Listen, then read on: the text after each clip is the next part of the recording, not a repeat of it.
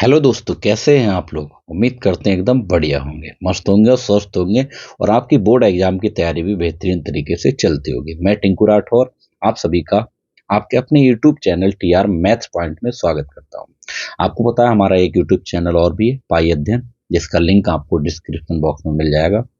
आप वहां से बीएससी या किसी कॉम्पिटेटिव एग्जाम की तैयारी कर सकते हैं। 5 फरवरी से उसमें लेक्चर शुरू हो जाएंगे। और अगर किसी प्रकार का आपका डाउट है तो एक टेलीग्राम चैनल भी है, उसका भी लिंक आपको डिस्क्रिप्शन बॉक्स में मिल जाएगा। आप वो डॉट की आप फोटो क्लिक करें और उसमें शेयर कर दीजिए और आपको उसी दिन शाम को या नेक्स्ट डे को आपको उसका सोल्यूशन मिल जाएगा। तो आपका अगर कोई डाउट है तो बिल्कुल नहीं घबराना है, आप उस पर फोटो क्लिक करके सीधे सेंड कर देना है। आज एक बेहतरीन क्वेश्चन के साथ शुरुआत करेंगे। देखिए, जैसा कि आपको स्क्रीन पे नजर आता होगा, बहुत बच्चों का इसमें डाउट रहता है और काफी बच्चे परेशान भी रहते हैं इस क्वेश्चन में। लेकिन बेहतरीन क्वेश्चन है, जबरदस्त है, बड़ा है, लेकिन मोस्ट इंपॉर्टेंट है। ये 8 नंबर में भी यहाँ पर आता है आपके और 5 में भी आ जाता है ना। तो चलिए करते हैं इस क्वेश्चन को सॉल्व। आइए, सबसे पहले तो हम इस क्वेश्चन को बच्चों नोट कर लेंगे इस तरीके से। देखिएगा, इस क्वेश्चन की खास बात क्या है वो भी मैं आपको यहाँ पर एक्सप्लेन करूंगा। क्वेश्चन ये है, हमारे पास हमें यहाँ पर समाकलन करना है। किसका? यहाँ से हम लोगों को समाकलन करना है। इसका पेन थोड़ा सा ठीक है ना। देखिए, ये है क्वेश्चन अपने पास, x की घात 4 और ये dx और बटे में अपने पास कितना है, x माइनस 1 और x स्क्वायर प्लस 1। ये हमें है और इसका हमें क्या करना है, समाकलन करना है। कैसे करके करेंगे? अब बात यहाँ पर सवाल ये उठता है, बहुत ध्यान से समझना है। अच्छा क्वेश्चन है, बड़ा भी है। देखिए, सबसे पहली बात तो ये है, अगर हमें अंश में कोई चर रखा हुआ है बेटा इस तरीके से और उसकी घात जो है हर में जो चर रखा हुआ उससे बड़ी है, तो इस स्थिति में हम पहली बात तो समाकलन बेटा कर ही नहीं सकते। इस स्थिति में हम समाकलन कर ही नहीं सकते, हो ही नहीं पाएगा। कैसे पता किया?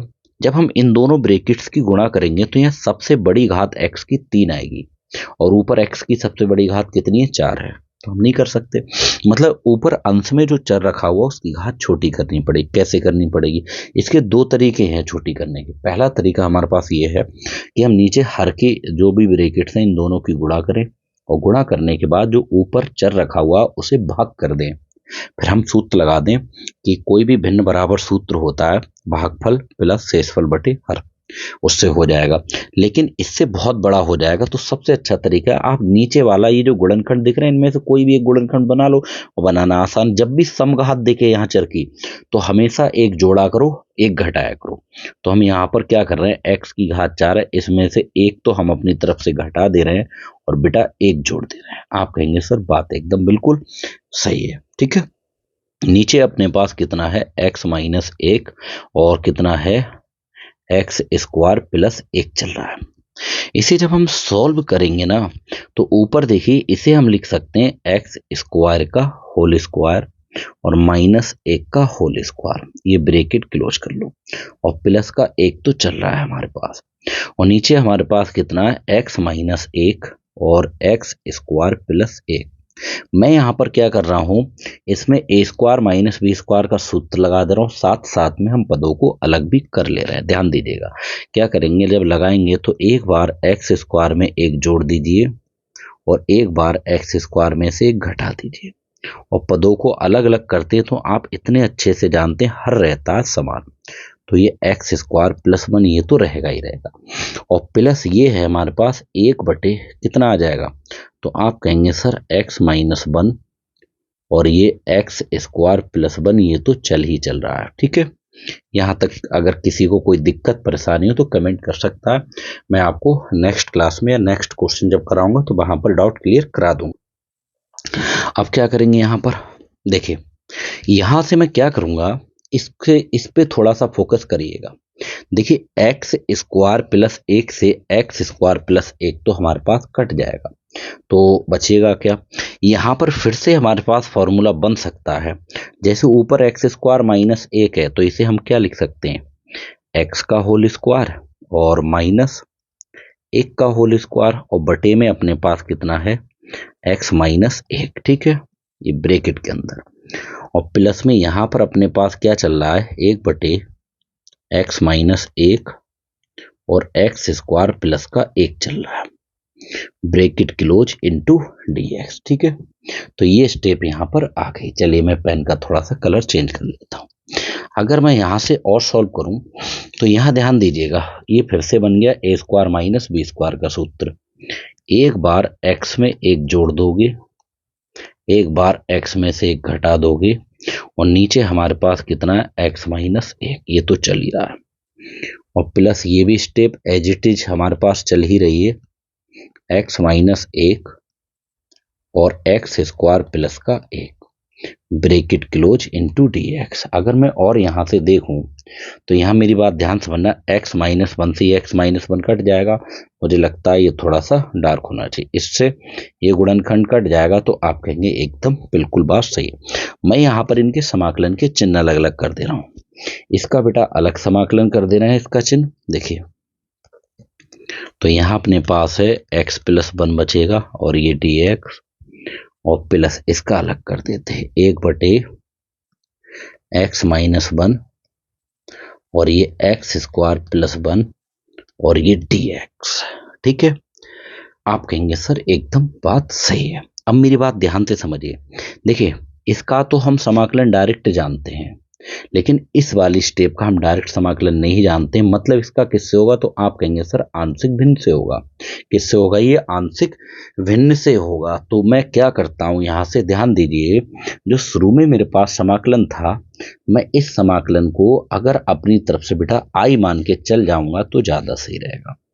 इसे क्या मान के चल जाते हैं हम लोग, अपनी तरफ से आई मान लेते हैं, क्या दिक्कत है, मानने को तो कुछ भी मान सकते हैं, लेकिन आई मीन्स इंटीग्रेशन। जब हमने ये मान ही लिया तो x का x के सापेक्ष में जो समाकलन होता है बेटा, वो x स्क्वायर बटे 2 होता है, और एक का x के सापेक्ष में समाकलन x, और इस वाले को हम अपनी तरफ से क्या मान ले रहे हैं, I1 मान ले रहे हैं, क्योंकि आई तो हम मान के चले हैं, तो ये इस साइड में तो आई चल ही चल रहा है, और इसका हमें करना पड़ेगा अलग से समाकलन।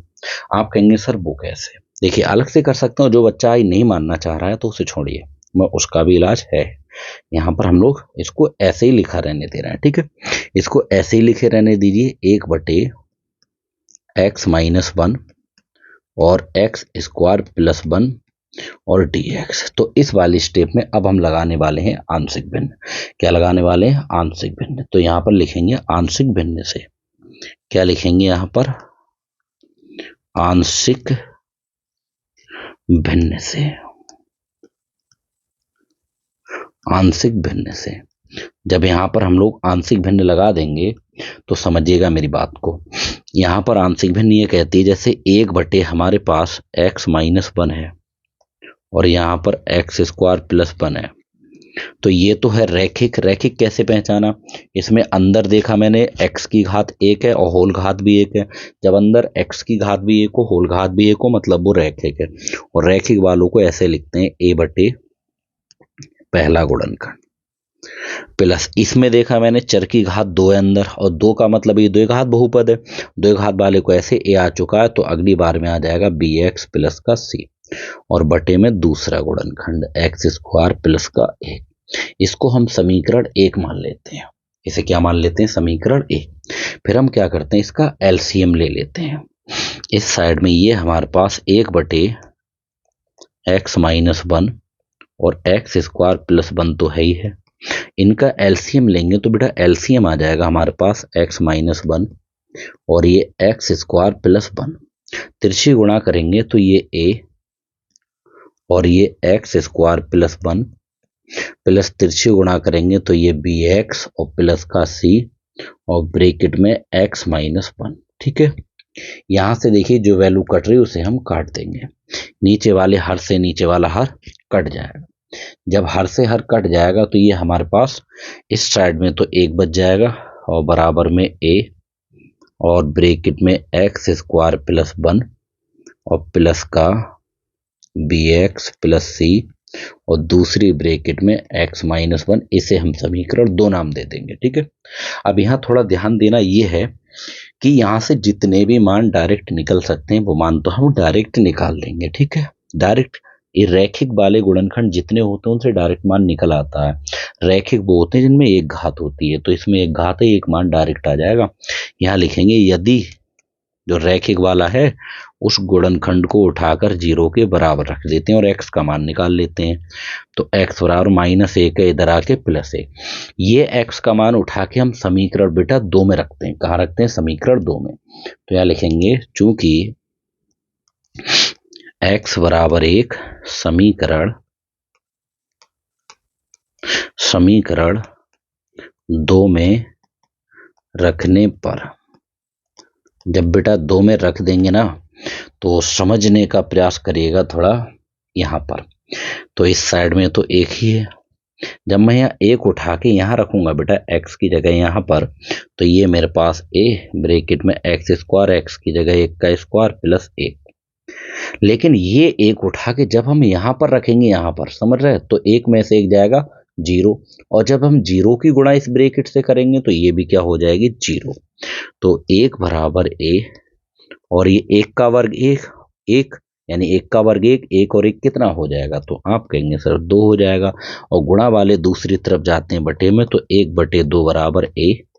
तो यहाँ से a की वैल्यू कितनी आ गई? तो आप कहेंगे सर 1/2 आ गई। ठीक है, इससे एक मान निकल आया। लेकिन दूसरा जो मान है बेटा ऐसे नहीं निकलेगा, दूसरा मान निकलेगा तुलना करने पर। और तुलना कैसे होती है समझिए। तो हम समीकरण 1 को फिर से उतारेंगे, यहाँ लिखेंगे समीकरण 1 से।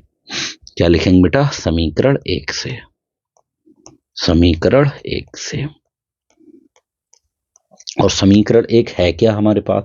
समीकरण 1 है 1 बराबर a x² +1 और प्लस bx और प्लस का c और दूसरी ब्रैकेट में x - a। ठीक है, यहाँ तुलना कैसे करते हैं? तो सबसे पहले तो हम ब्रैकेट्स की गुणा करके x² वालों में से x² कॉमन ले लेंगे, और बाकी x वालों में से x और अचर पदों के एक साथ। तो पहले तो इतना काम करिए, a के अंदर गुणा करेंगे तो ये हो जाएगा ax² और a एकम a। इन दोनों ब्रैकेट्स की गुणा करेंगे बेटा तो ये अपने पास आ जाएगा bx की x से गुणा करेंगे bx² और प्लस माइनस का bx और c की x से गुणा cx और माइनस c एकम c। तो 1 बराबर हो जाएगा, इन दोनों में से x² कॉमन ले लेंगे तो यहाँ बचेगा a और प्लस का b और ये x² कॉमन। इसमें से और इसमें से x कॉमन ले लेंगे, जो भी कॉमन लेते हैं प्लस का लेते हैं। तो यहाँ पर अपने पास c बचेगा और यहाँ पर माइनस का b बचेगा, और ये हमने x कॉमन ले लिया। ये अचर पद है और ये अचर पद है, इनमें x नहीं, इन्हें एक साथ लिख लेते हैं प्लस। a प्लस का है और c माइनस का। देखिए a तो हमारे पास आ चुका है, a की वैल्यू हमारे पास 1/2 आ चुकी है। a की वैल्यू आ चुकी है तो हमें b और c चाहिए।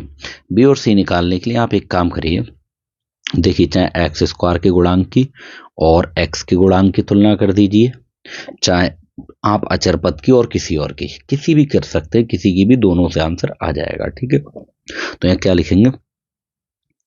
x² तथा x के गुणांकों की तुलना करने पर,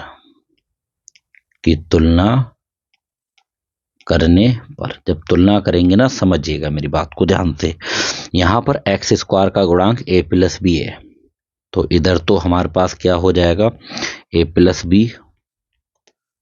लेकिन इस साइड में तो x² वाला पद ही नहीं है। जब x² वाला पद नहीं, इसका मतलब x² का गुणांक 0, और a की वैल्यू हमारे पास 1/2 आ चुकी है, तो a की जगह 1/2 लगा देंगे और प्लस का b बराबर 0। b की वैल्यू निकालेंगे तो प्लस का 1/2 है, इधर आके माइनस का 1/2। तो इस तरीके से ये हमारे b की वैल्यू आ गई। फिर हम क्या करेंगे, यहाँ पर x का गुणांक c - b है, और इधर x वाला पद नहीं है तो इसका गुणांक कितना हो जाएगा? 0। और हम b की वैल्यू -1/2 निकाल चुके हैं। ऐसा करिए c बराबर, ये माइनस का b है, इधर आके प्लस का b, तो c बराबर b की वैल्यू -1/2, इस b की जगह लगा दो 1/2 माइनस का तो ये सी की वैल्यू। अब ये जो ए बी और सी के मान निकल के आए, इन तीनों को उठाकर रख देंगे हम समीकरण किसमें, एक में। तो यहां लिखेंगे चूंकि ए कॉमा बी तथा सी के मान समीकरण एक में रखने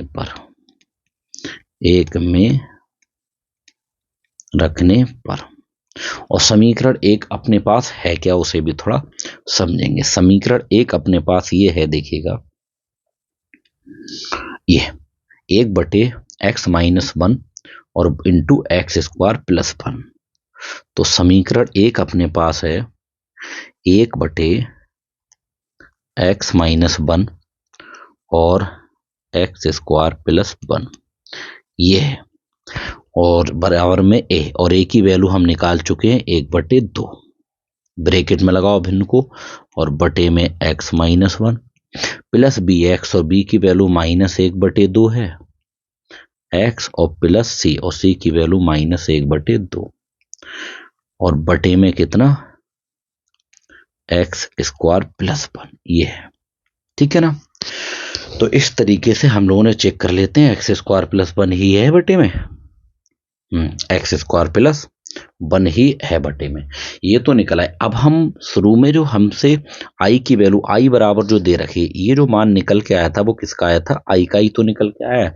i बराबर लिख लेते हैं x² + 2 + x, i बराबर लिख लेंगे जो हमें दिया हुआ है। देखिएगा ध्यान से, क्योंकि हमारे पास i बराबर क्या है, x² / 2 + x और प्लस ही है, शायद x² से ये प्लस ही है, तो यहां पर क्या करेंगे, प्लस x² / 2 + x, और प्लस में क्या था, 1/x-1 और x² + 1, ये था, और इस पर समाकलन का चिन्ह इंटू dx। ठीक है, और हम इसका मान निकाल चुके हैं, इसका ये निकाल चुके हैं। देखिए ये मान निकाला है, इसे उठाकर हम लोग यहाँ पर रख देंगे।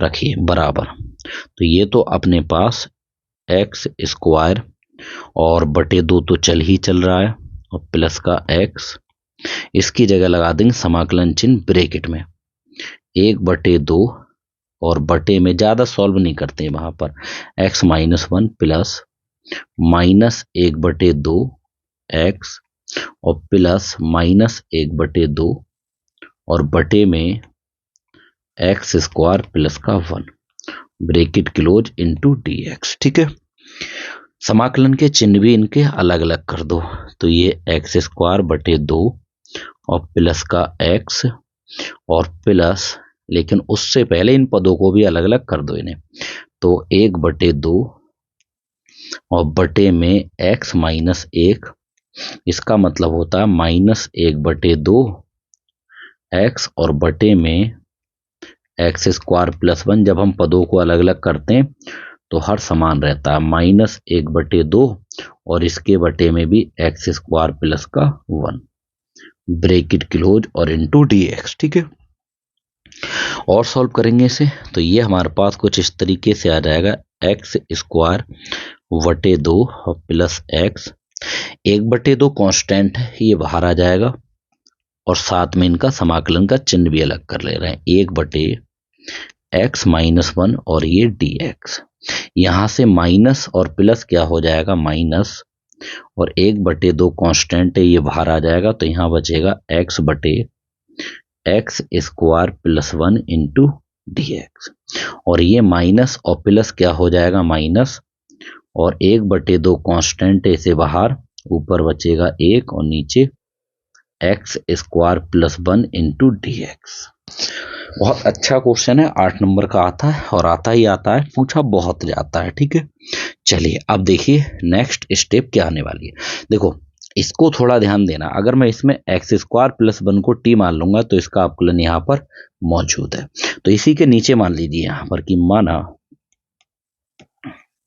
माना x² + 1 = t, एक्स स्क्वायर का अपकलन 2x अपकलन करना पड़ता है इसका, एक का 0 कांस्टेंट और t का x के सापेक्ष में dt ओवर dx, तिरछी गुणा करेंगे तो 2x dx बराबर dt। और यहाँ से जब हम x dx निकालेंगे तो 2 को जब दूसरी तरफ लाएंगे तो ये 1/2 dt हो जाएगा। ठीक है, लगाइए वैल्यू यहाँ पर। जब हम वैल्यू लगाएंगे तो ये कुछ इस तरीके से आ जाएगा, i बराबर एक्स स्क्वायर बटे 2 और प्लस एक्स प्लस 1/2। ये हमारे पास लॉग का फॉर्मूला है। लॉग का कैसे पहचाना, अंदर जो x हो उसकी घात 1 हो, होल घात भी 1 हो, तो हमेशा याद रखिएगा वो लॉग का फॉर्मूला है। अचर मतलब कोई भी प्लस में हो कोई भी माइनस में, फर्क नहीं पड़ता। लॉग मॉड ऑफ x, और x की जगह कौन है, x-1 और -1/2। ये भी ये tan इनवर्स का, ये tan इनवर्स का भी नहीं, ये वाला बनेगा tan इनवर्स का। इसमें हम लोग x dx, ध्यान दीजिएगा, x dx के स्थान पर क्या रख सकते हैं, 1/2 dt रख सकते हैं, है ना। तो यहाँ तो हम लोग रख देंगे 1/2 और ये dt, और एक्स स्क्वायर प्लस 1 को हमने क्या मान लिया है, तो आप कहेंगे सर इसको t मान लिया है, और -1/2 और ये tan इनवर्स x का फॉर्मूला है। अभी हम कांस्टेंट जोड़ नहीं सकते। क्यों नहीं जोड़ सकते, क्योंकि अभी भी सभी पदों का समाकलन हुआ नहीं है। तो ये हमारे पास x² 2 plus x plus 1/2 log mod of x-1 -1/2 constant है, इसे बाहर निकालो और ये dt बटे में t बचेगा, -1/2 और ये tan इनवर्स x तो चल रहा है, तो ये आ जाएगा x² 2 प्लस x और plus 1/2 log mod of x-1। ठीक है ना, मॉड ऑफ x-1 आ जाएगा, -1/2 की 1/2 से गुणा करेंगे 1/4, और ये लॉग का फॉर्मूला है log mod of t, -1/2 tan inverse x तो चल रहा है। जितने भी पद थे सबका समाकलन हो गया, तो c कोई भी कांस्टेंट यहाँ पर आ जाएगा। ठीक है, फिर हम क्या करेंगे, यहाँ से बराबर x² 2 और प्लस का x और plus 1/2 log mod of x-1 -1/4 log mod of t, और t की जगह t की वैल्यू लगा दो। t की वैल्यू कितनी है, x² प्लस 1, तो यहाँ पर हम लोग लगा देंगे कितना, x² प्लस 1 लगा देंगे। ठीक है, और माइनस का 1/2 tan इनवर्स x प्लस का c। तो इस तरीके से ये हमारा इस क्वेश्चन का आंसर है। चाहे तो हम इसे और भी सॉल्व आगे कर सकते हैं, लेकिन हमें और सॉल्व करने की ज़रूरत नहीं है। तो ये हमारा फाइनल आंसर है। तो ऐसे हमें इस क्वेश्चन को करना था। बढ़िया क्वेश्चन है, देखिए क्वेश्चन बड़ा है, इसमें कोई शक नहीं है, लेकिन नंबर भी बड़े होते हैं, है ना।